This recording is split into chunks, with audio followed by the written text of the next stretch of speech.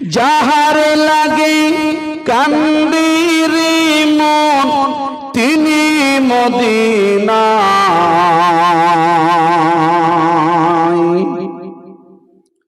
যাহারে লাগে কান্দির মন তিনি মদিনায়। আর স্বপ্ন যোগে, আর স্বপ্ন যোগে হবে দেখা হলে দিওয়ানায়। এমন নবী, এমন নবী কোথায় পাবো? এমন নবী কোথায় পাবো? আমায় তোমরা বলো না। নবী আছেন মদিনায়, কবে যাবো জানি না। আল্লাহুম্মা সাল্লি আলা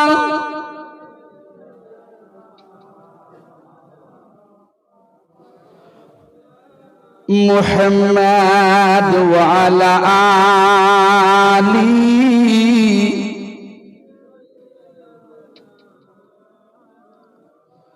মুহাম্মাদ।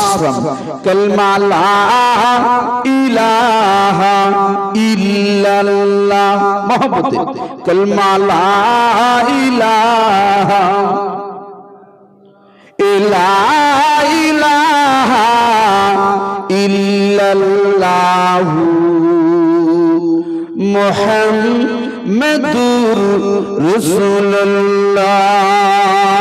সকলে আমার সাথে পড়বেন, হাসবি রাব্বি জাল্লাল্লাহ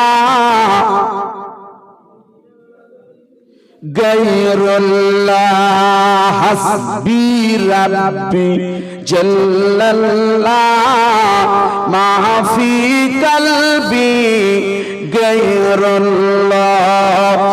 নূর মুহাম্মদ সাল্লাল্লাহ কালমা লা ইলাহা ইলাহা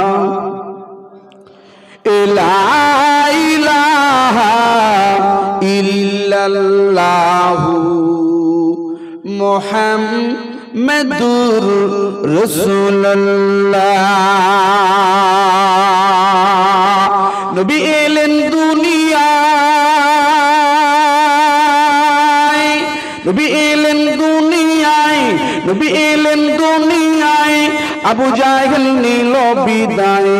নবী এলেন দুনিয়ায়, আবু জাহেল নিল বিদায়। কলমার ধারা পৃথিবীতে আজ রয়ে যায়। লা ইলাহা মোহাম্মদ লা ইলাহা ইলাহা মুহাম্মাদুর রাসূলুল্লাহ সাল্লাল্লাহু আলাইহি ওয়াসাল্লাম। সম্মানিত আজকের মাহফিলের সুযোগ্য ফুরফুরা শরীফের মহামান্য পীর কামেল জনাব আলা হযরত মাওলানা মুহাম্মদ পীরজাদা আব্দুল কাদের সিদ্দিকী আল কুরাইশি ফুরফুরা দরবার শরীফ। আমার পূর্বেই উলামা হযরত আমার বন্ধুবর জনাব হযরত মাওলানা আব্দুল মুহিত সাহেব, আরো পশ্চিম বাংলার খ্যাতনামা বক্তাগণের শুভাগমনে সুন্দর ইসলামিক প্রোগ্রাম ইসালে সোয়াবের মজলিসের ইন্তজাম। আমার সামনে বসে আছেন গড়ের আবাদ, এটা কোন থানা? মিনাখা থানার অন্তর্গত গড়ের আবাদে নেককার পরহেজগার জ্ঞানী গুণী সুধী রাসূলের আশিক ইসলামের খাদেম, পর্দার আড়ালে বসে আছেন সুনামধন্য মায়েরা, পর্দানুশীনা ছোট্ট ছোট্ট স্নেহের কচিকাঁচা ভাইয়েরা বোনেরা, সকলকে আমি আন্তরিক মোবারকবাদ জানাচ্ছি মেহফিলের পক্ষ থেকে। আমরা সকলেই বলছি আলহামদুলিল্লাহ। একটু জোরে বলেন আলহামদুলিল্লাহ। এটা মসজিদের মাঠ তো নাকি? মসজিদের মাঠ, মসজিদের সম্পত্তি আছে, মাদ্রাসা নেই নাকি? না, মাদ্রাসাও আছে, আছে, কিন্তু মসজিদ মাদ্রাসাগুলো সব বেহাত হয়ে যাবে। এখন সরকারের কালো নজর পড়ে গেছে, খোঁড়া সরকার, যে সরকারের পা নেই, গদি টলমলো করছে, ওই সরকার আমাদের দিকে চোখ রাঙাচ্ছে। এমনি কানা খোড়ায় এক গুণ বাড়া, কানা খোড়া এক গুণ বাড়া না ভাই? এ খোঁড়া সরকার, এর এর বেশি বাড় বেড়ে গেছে।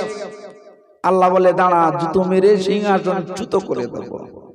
সেই দিনটা কবে আসবে আমরা দেখতে চাই। বলুন আলহামদুলিল্লাহ। মহান রব্বুল আলামিনের দরবারে কোটি কোটি শুকরিয়া জ্ঞাপন করছি।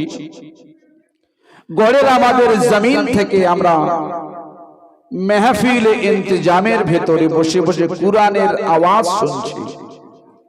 এই জন্য আল্লাহ দরবারে একটু শুকরিয়া জ্ঞাপন করে নি ভাই। একেবারে সন্ধ্যাবেলা তো, 9টা মানে সন্ধ্যা, বেশি রাত না।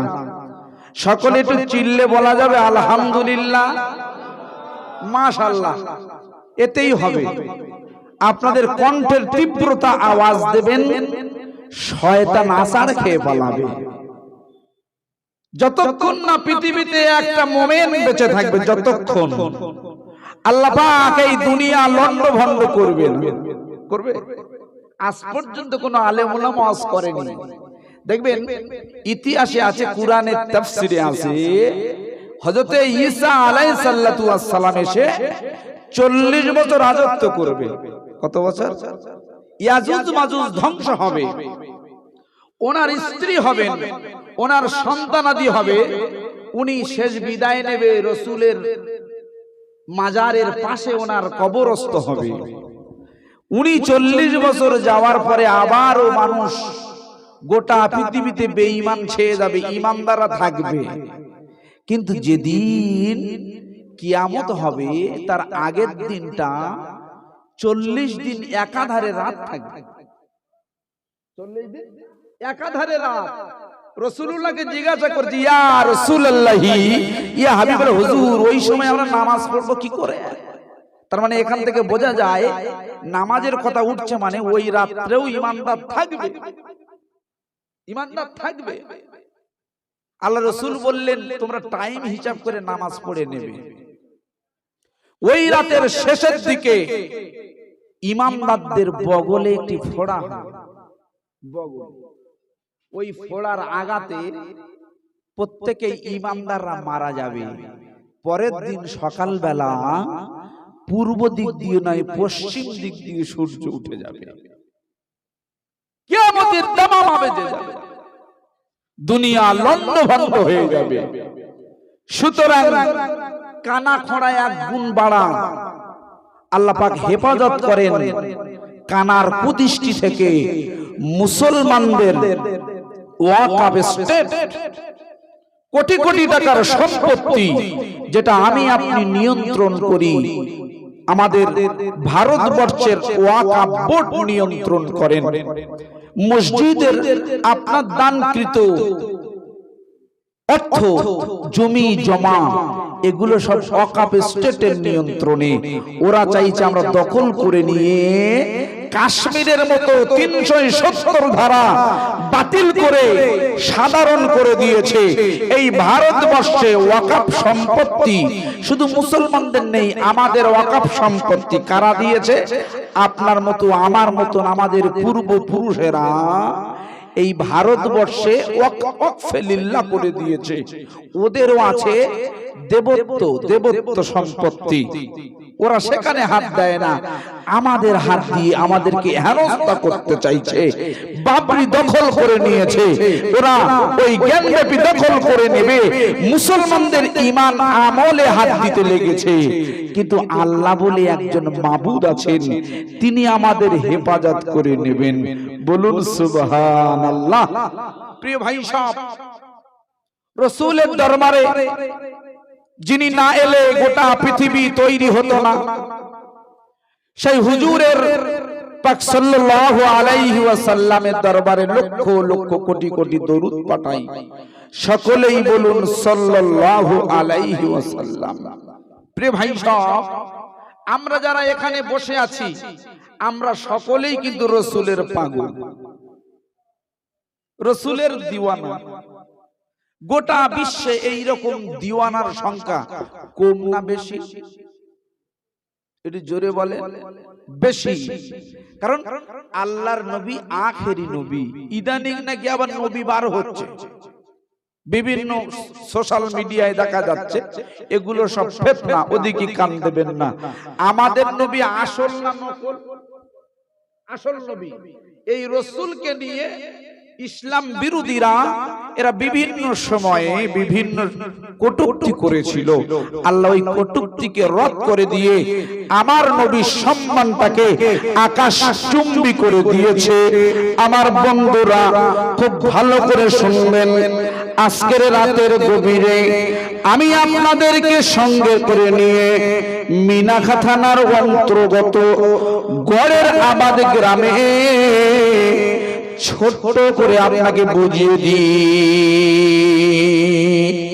আমি আলোচনার শুরুতে কুরআনুল কারীম থেকে একটি আয়াতে কারিমা এনেছি। আয়াতে কারিমাটি হলো, আপনি খেয়াল করলে দেখতে পাবেন কুরআন শরীফের 114 কালা সূরার ভিতরে কাল সকালবেলা খুলবেন, সূরাটির নাম হলো সূরা আল ইমরান। সূরা আল ইমরানের 144 নম্বর আয়াতটা খুলবে।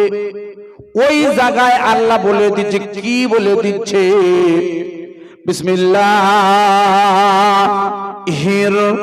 রহমানির রহিম। পরম করুণাময় আল্লাহর নামে শুরু করছি। আল্লাহ বলছে এবারে, ওয়ামা মুহাম্মাদুন ইল্লা রাসূল।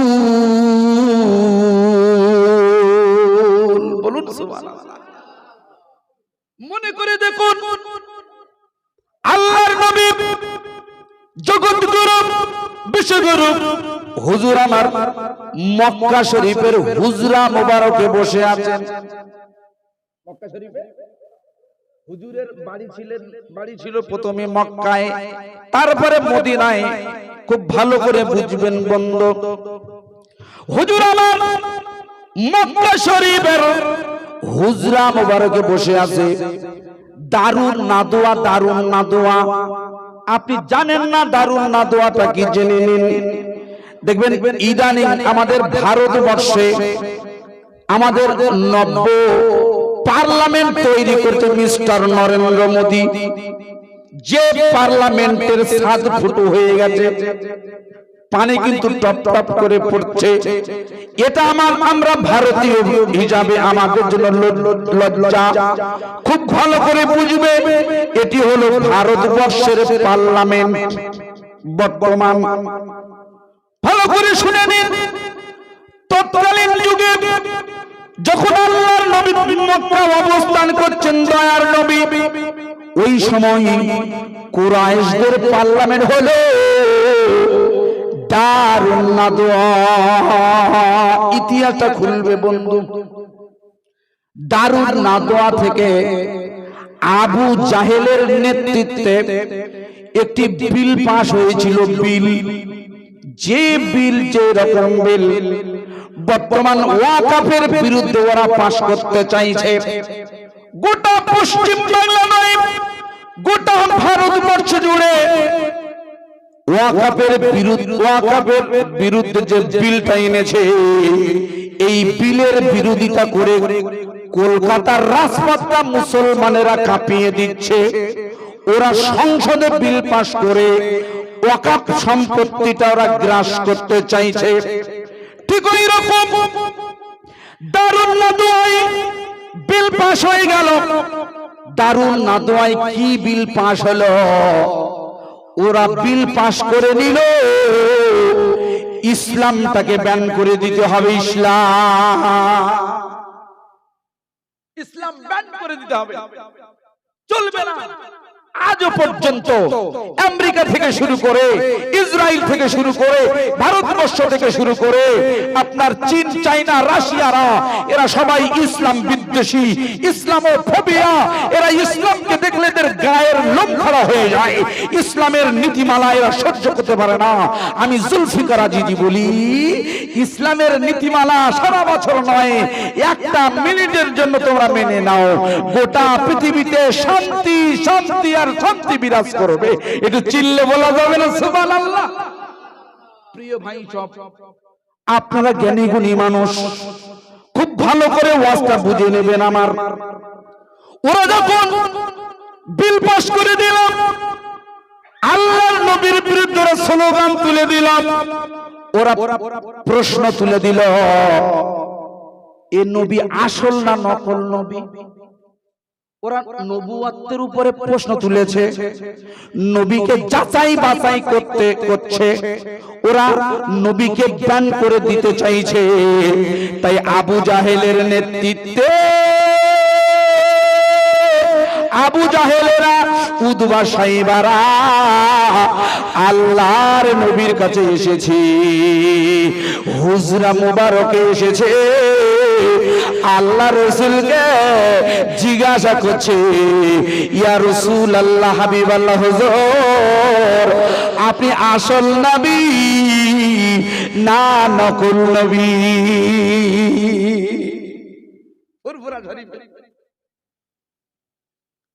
আল্লামা পীর আবু বকর সিদ্দিক রাহমাতুল্লাহ আলাইহি তিনি আর হায়াতে নেই, সাইফুদ্দিন হুজুর কেবলাও হায়াতে নেই।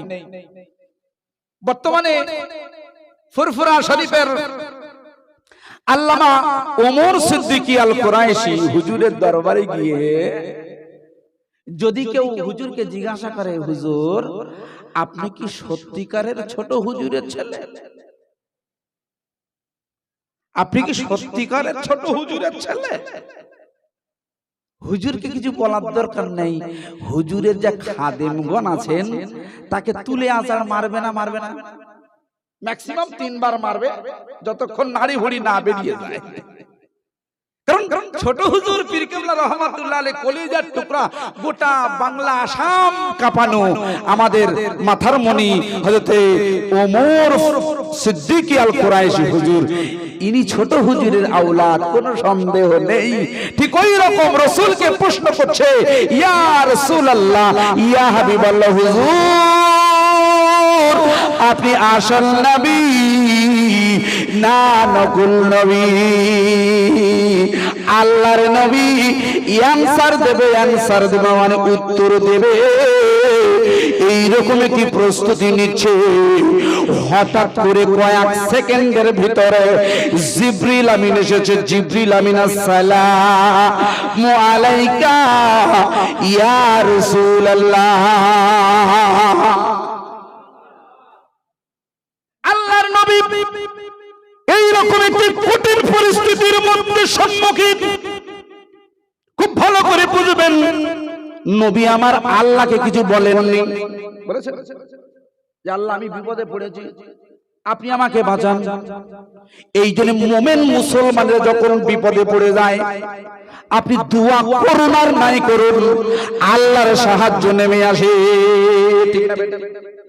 খুব ভালো করে বুঝবেন, জিবরিল আমিন এসেছেন, সালাম দিয়েছেন, আসসালামু আলাইকা ইয়া রাসূলুল্লাহ ইয়া হাবিবাল্লাহ, হুজুর হুজুর আমি জিবরাইল এসেছি হুজুর, হুজুর হুজুর হুজুর হুজুর আমি জিবরাইল এসেছি হুজুর। আল্লাহর নবী বলছেন ভাই আপনি এখানে? বলে হ্যাঁ, আল্লাহ আমাকে পাঠিয়েছে, আল্লাহ আমাকে প্রেরণ করেছে। আপনি চুপচাপ চেপে যান, চেপে যান। আল্লাহ ঘোষণা করেছে, ওদের প্রশ্নের উত্তর বলে দিয়েছে, আপনি বলে দিন। আল্লাহ নবী বলে কি বলবো? ওই সময় জিবরিল আমিন বলছেন, ও আমার মুহাম্মাদুন ইল্লা রাসূল। এর বাংলায় অনুবাদ হলো, নবী মুহাম্মদ একজন রাসূল ছাড়া কিছু নয়। সুবহানাল্লাহ, নারে তাকবীর, নারে তাকবীর। আমার বন্ধুরা, আবু জেহেল অবাক হয়ে গেল, উতবা সাইবা অবাক হয়ে গেল। আরে আমরা কি শুনছি? ইনি তো সত্যিকারের নবী, কারণ কুরআন দ্বারা ঘোষণা হয়ে গেছে এনার সঙ্গে পারা যাবে না। চলো আমরা দারুন নাদওয়ায় বসে বসে বসে বসে কৌশল করি, ইসলামটাকে ব্যান করে দেব, ইসলামটাকে বন্ধ করে দেব। বন্ধু ভালো করে শুনে নিন, আল্লাহ ঘোষণা করেছে গোটা পৃথিবীতে নবী মুহাম্মদুর রাসূল, যে রাসূলের শানে দরুদ পড়া ওয়াজিব আমাদের, যে রাসূলকে ভালোবাসা আমাদের জন্য ওয়াজিব, যে রাসূলের দরবারে গিয়ে সালাম জানানোটা, নবীর প্রতি ভালোবাসা প্রকাশ ঘটানো, ওই নবীকে নিয়ে গবেষণা করাটা, এটা আমাদের জন্য দায়িত্ব। তিনি আসল নবী না নকল নবী? আমরা মুসলমানের আমাদের গবেষণা করতে হবে রাসূলের আদর্শ কেমন ছিল, ওই রাসূলের চরিত্র কেমন ছিল, আর ওই রাসূলের প্রতি কুরআন শরীফটি যে নাজিল হয়েছে, এই কুরআন শরীফে কি আছে, এই কুরআনের ভিতরে এর মগজটা কি আছে, এটাই আমাদের গবেষণা করার কথা ছিল। কিন্তু আমরা হতভাগা মুসলমানেরা, আমরা শবে বরাত, এই সামনে শবে বরাত, শবে বরাত এলে বাড়ি বাড়ি বাড়ি বাড়ি বাড়ি বাড়ি বাড়ি বাড়ি কুরআন শরীফ তেলাওয়াত করি, শুধু সোয়াবের উদ্দেশ্যে। কেউ মারা গেলে পড়ি, আর বাকি টাইমে থাকাই তুলে রাখি, থাকা, এর বাইরে আর কিছু করি না। কুরআনের ভিতরে কি আছে, ইমানদারদের জন্য আল্লাহ কি রেখেছে, গবেষণা করি না। বলে যা গবেষণা করবি ইমাম সাহেব করবে, আমাদের গবেষণা করার লাভ কি? বন্ধুগণ ভালো করে শুনবেন, জায়গাটির নাম হলো উত্তরপ্রদেশ। কোথায়? খুব ভালো করে বুঝবেন আলোচনার টপিকটা। উত্তরপ্রদেশ, যেটি আমাদের ভারতবর্ষের উত্তর ভারতে অবস্থিত। উত্তর ভারতের উত্তর প্রদেশের একটি জেলা লিখে রাখুন, জেলাটির নাম হলো কিন্তু মথুরা। জেলাটির নাম হলো মথুরা। আমাদের মিনাখাতা না, আমাদের জেলার নাম হলো উত্তর 24 পরগনা। তাই তো, এটা আমাদের জেলা। মথুরা জেলার জায়গাটির নাম হলো বৃন্দাবন। যে বৃন্দাবনে আমার হিন্দু দাদারা, দিদি মায়েরা, তারা আত্মশুদ্ধি করার জন্য যান, আত্মশুদ্ধি করতে যান। আমরা যেমন যাই ফুরফুরা শরীফে, আমরা যেমন যাই দিল্লিতে নিজামুদ্দিন আউলিয়া হুজুরের মাজারে, আমরা যেমন খাজা মাইনুদ্দিন চিশতি সিন্দিরি রহমাতুল্লাহ আলাইহির রাজস্থানের মাজারে যাই। খুব ভালো করে বুঝবেন, ওখানে আমরা যাই কেন? আত্মশুদ্ধি করার জন্য। কিন্তু আত্মশুদ্ধি তো দূরের কথা, ওখান থেকে ঘুরে এলে সবাই না কিছু কিছু কিছু কিছু, ও যদি 3টে করে বিড়ি খেত, এখন খায় 10টা। জোরে বলুন নাউজুবিল্লাহ। আমি একদিন গাড়িতে করে আজমিরে যাচ্ছিলাম, আমাকে বলছে হুজুর একটু যেতে হবে, দোয়া করতে হবে, চলুন। আমারও যাওয়ার ইচ্ছা আছে খাজা হুজুরের দরবার। খুব ভালো করে বুঝবেন, মাথায় টুপি দিয়েছে, এইরকম একটি হাদির রওয়াল নিয়েছে, বিশাল বড় একটি ব্যাগ, ওই ব্যাগে 4 ভাগের 1 ভাগে বিড়ির বান্ডিল দিয়ে ঠাসা। আমি বললাম ভাই, বলে হুজুর কোথায় পাই না পাই এই জিনিস সব কিনে নিস। জোরে বলুন নাউজুবিল্লাহ। কি জানতো আজমিরে গিয়ে এর কোনো আত্মশুদ্ধি হবে? ও তো শয়তান হুজুরের দরবারে যাবার আগে শয়তান তাকে ক্যাপচার করে দিয়েছে, শয়তান তাকে তার অন্তরটা, তার কলবটা ক্যাপচার করেছে। সে যতই খাজা হুজুরের দরবারে যায়, ফুরফুরা শরীফের দরবারে যায়, এ চাইলে রাসূলের দরবারে গেলেও এর আত্মশুদ্ধি হবে না। কারণ আত্মশুদ্ধি করতে গেলে শয়তানের কলিজার খঞ্জারে আপনাকে লাঠি মারতে হবে, বিড়ি খাওয়ার ইচ্ছাটাকে সরিয়ে দিতে হবে। তারপরে আল্লাহ বলছে, তারপরে তুমি আমার কাছে চাও। তুমি আগে ইচ্ছা করো যে আল্লাহ আমি বিড়ি ছেড়ে দেবো, আল্লাহ আমি মদ ছেড়ে দেবো, আমি আর বন্ধন লোন নেব না। তখন আল্লাহ পাক আপনাকে হেদায়েত করবে। হেদায়েতের মালিক একমাত্র আমার আল্লাহ ছাড়া কেউ হতে পারে? জুলফিকার হেদায়েতের মালিক নয়, আব্দুল কাদের সিদ্দিকী হুজুর হেদায়েতের মালিক নয়।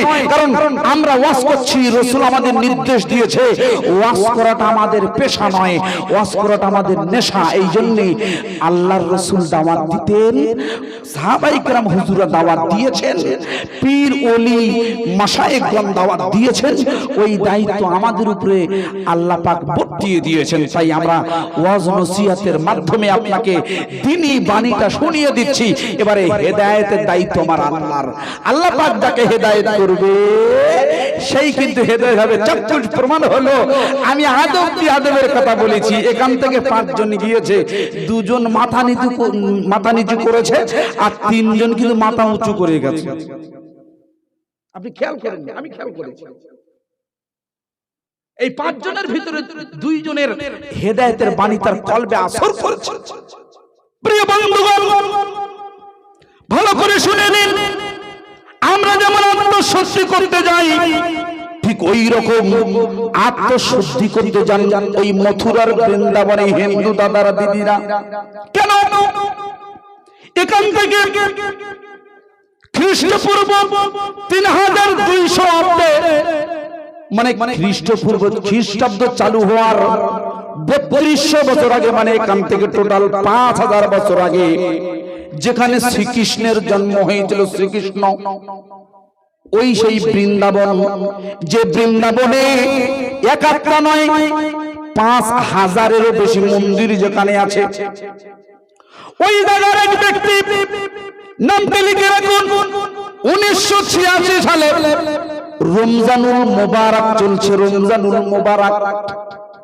রমজানুল মোবারকের রাতের বেলা গোটা ভারতবর্ষের মুসলমানেরা তারাবি নামাজ পড়ছে।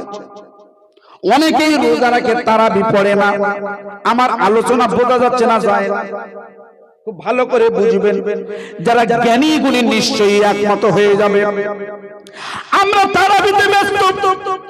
মিস্টার ডক্টর শিবশক্তি মহারাজ উনি ইসলাম নিয়ে গবেষণা করতে বসেছে। ডক্টর শিবশক্তি মহারাজ ইনি কোন যাইতাই ব্যক্তি নন, ইনি একজন 12টা বিষয়ের উপরে পিএইচডি ধারী ব্যক্তি। লন্ডনের অক্সফোর্ড বিশ্ববিদ্যালয় থেকে তিনি পিএইচডি করেছেন। মারাত্মক জ্ঞানী লোক। আবার তিনি একজন মহারাজ স্বরূপজি। ইনি বিভিন্ন ধর্মগ্রন্থের উপরে গবেষণা করেছেন, শেষমেশ ইসলাম নিয়ে গবেষণা করছেন। ইসলামকে নিয়ে গোটা বিশ্বে বদনাম ছড়িয়ে দেয়।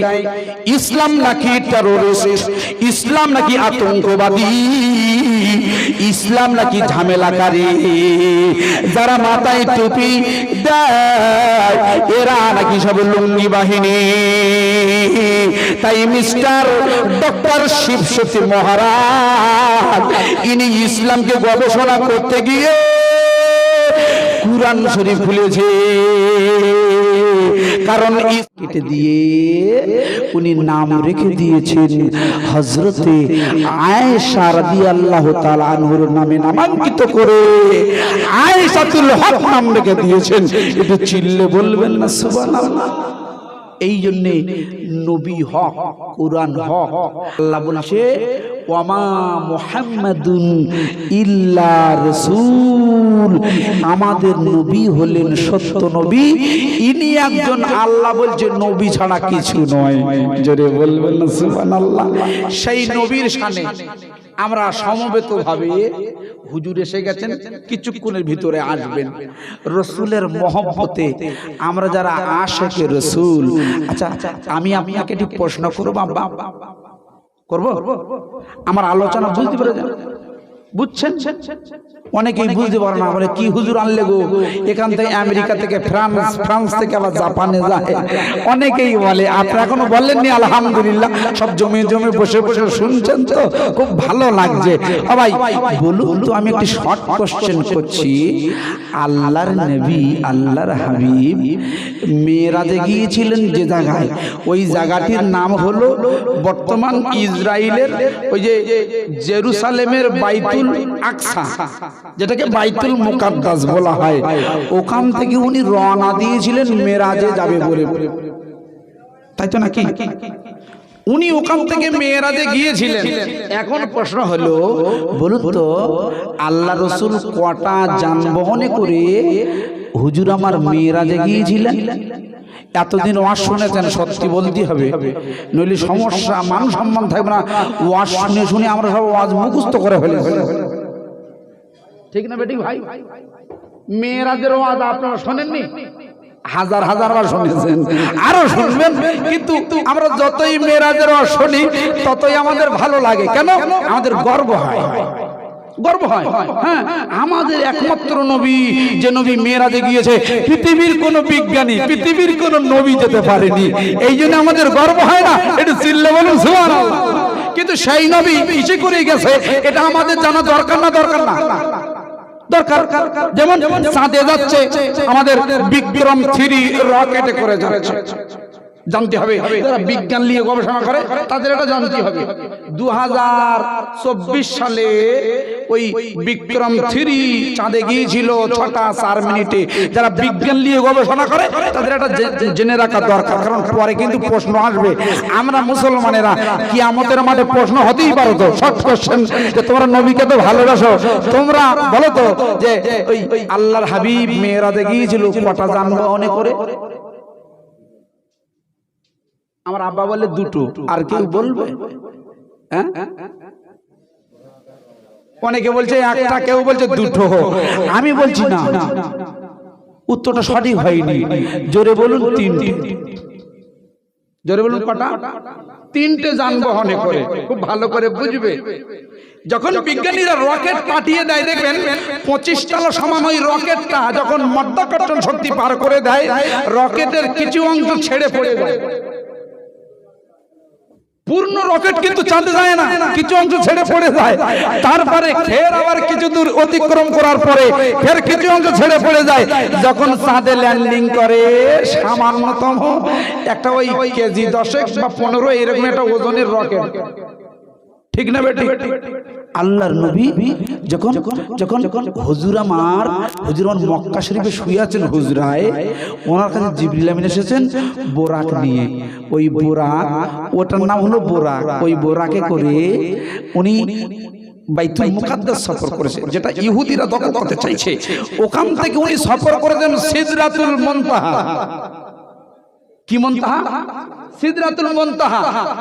হযরতে আল্লামা আশরাফ আলী থানভী রাহমাতুল্লাহ আলাইহি বলছে সিদরাতুল মুনতাহা হলো এটি বাড়ির কাছে একটি জায়গার নাম।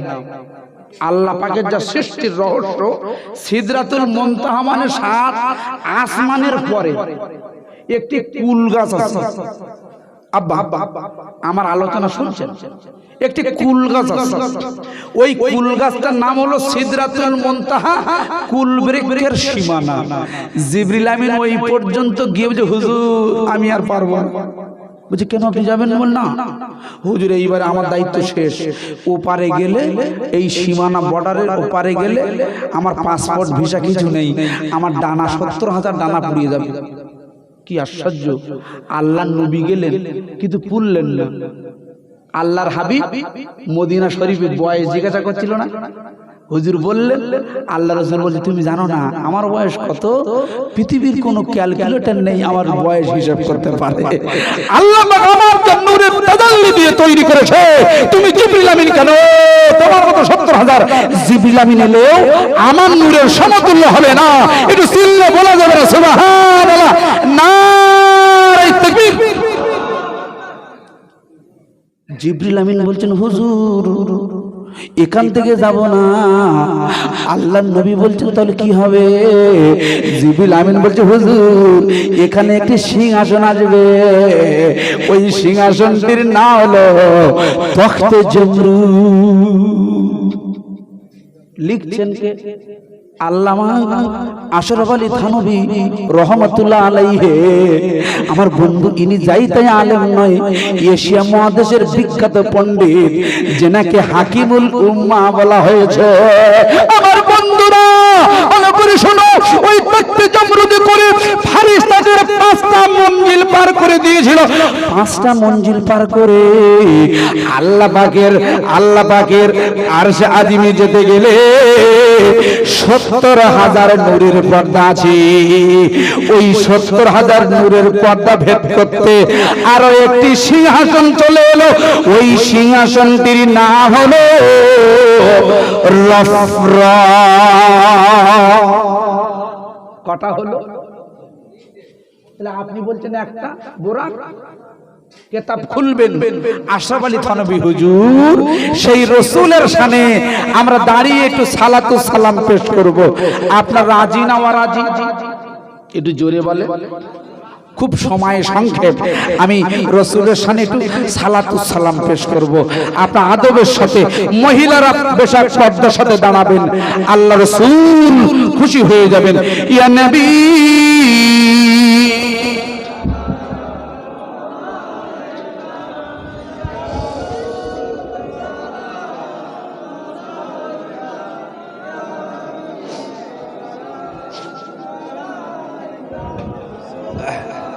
মাইকম্যান কই? মাইকম্যান এটা খুলে দেন, এটা খুলে দেন। ইয়া নবী সালাম লাগি লাগি লাগি। ঠিক আছে।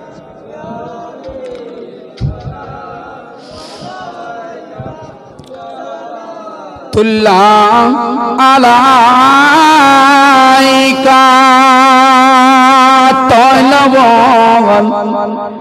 বদরু আলাইন মিন সানিয়াতিল ওয়াদাই ওয়াজাবাশ শুকরু আলাইন মাদা লিল্লাহি দাই। ইয়া নবী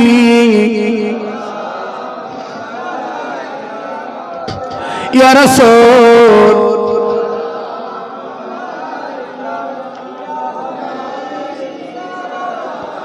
মালাইকা সালাওয়াতুল্লাহ আলাইকা।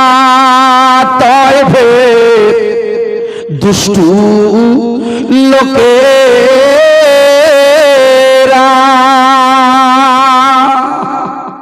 যে তয়েফে আল্লাহ রাসূল দুধ খেতে গিয়েছিলেন, সেই তয়েফবাসীরা রাসূলকে এত রক্তাক্ত করে দিয়েছে, এত মার মেরেছে, হুজুরের রক্তে তয়েফের জমিনটা লাল হয়ে গেছে, ওনার খড়মটা জমে গেছে, ইসলামের জন্য মার খেয়েছে। সেই ইসলামের অনুসারীরা আমরা মেহফিল ছেড়ে দিয়ে কোন দুঃখে কিসের আশায় বাজারে ঘুরছি, রাসূল কষ্ট পেয়ে যাবে। তয়েফে দুষ্টু লোকেরা আমার নবীকে পাগল ভাবিয়া মারিল পাথর ছুড়িয়া, উঠিল আরশ কাঁপিয়া। ইয়া নবী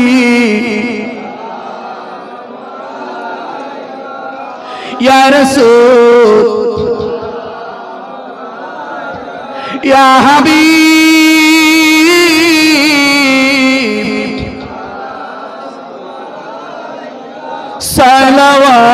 সালাওয়াতুল্লাহ আলাইকা। अर्श का काबा मदीना,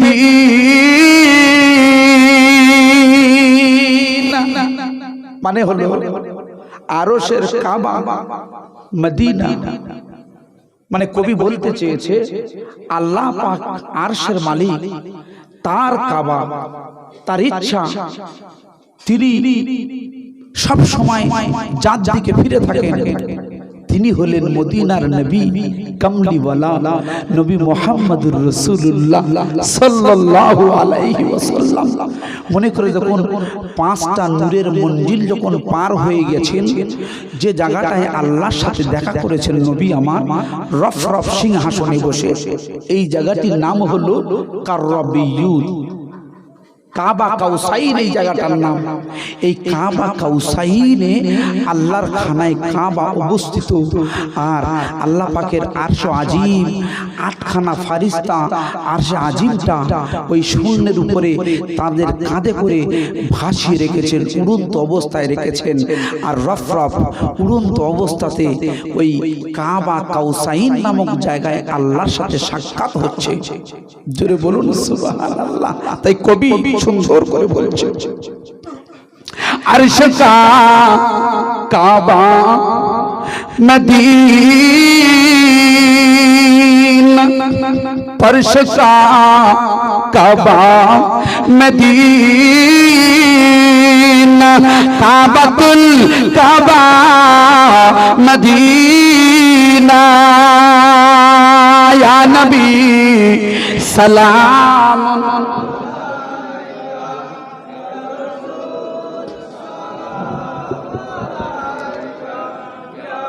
सलाम अलाइका सलावतुल्लाह अलाइका।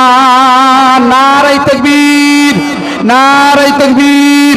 औलादे मुजद्दिदुज़्ज़मान, औलादे मुजद्दिदुज़्ज़मान पीर साहिब हुजूर किबला, पीर साहिब हुजूर किबला, पीर जदा हजरते मौलाना अब्दुल कदीर सिद्दीकी आल कुरैशी जिंदाबाद। नारे तकबीर। যারা এদিক ওদিকে আছেন, যার আশায় আমরা বসেছিলাম, হযরতে আমাদের আকাঙ্ক্ষিত মনোনীত তিনি এসে গেছেন ফুরফুরা শরীফ থেকে। হুজুর না অনুমতি দিলে বসবে না, এটি আদব। এই বাবু ওঠুন ওঠুন ওঠুন ওঠুন।